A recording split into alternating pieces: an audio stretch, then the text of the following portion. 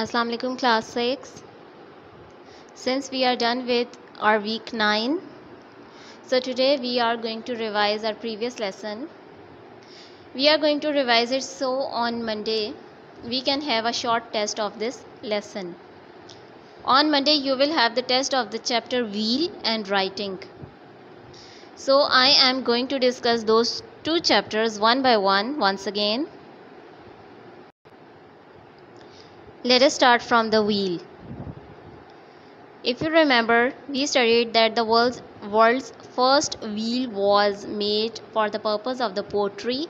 Here is the picture of the wheel. It looks like a donut. It was a circular structure with a hole in it. There were no spokes in it. And it was invented for the purpose of the pottery.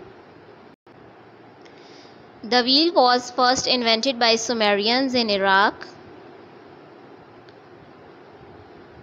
Iraq at that time used to be called Mesopotamia, and it was also at the same time was invented in Indus Valley civilization, and it was invented independently in both these civilizations.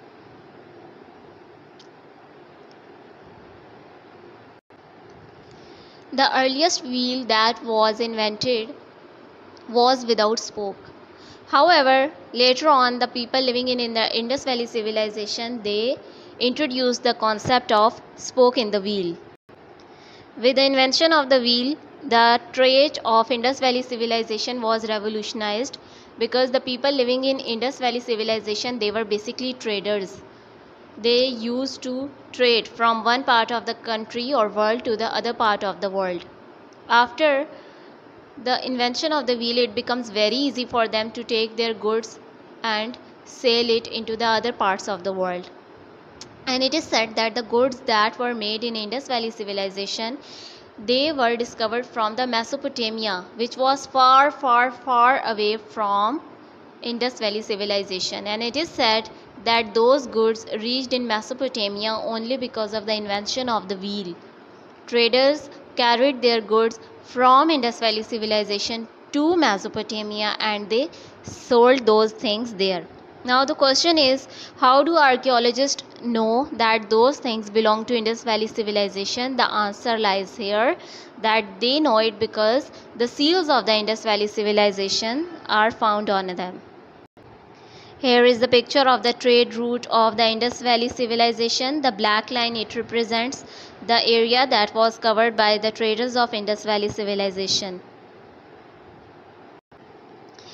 Then there comes the chapter of the writing, in which we learn that we write to share our ideas, to communicate with people who are far away from us, and to keep the records of important events and incidents.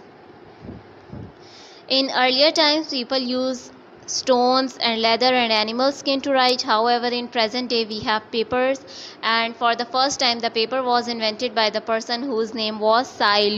There were three largest civilizations in world at that time, and Indus Valley civilization was one of them. And if you remember, we said that Indus Valley civilization was largest in terms of geographical area.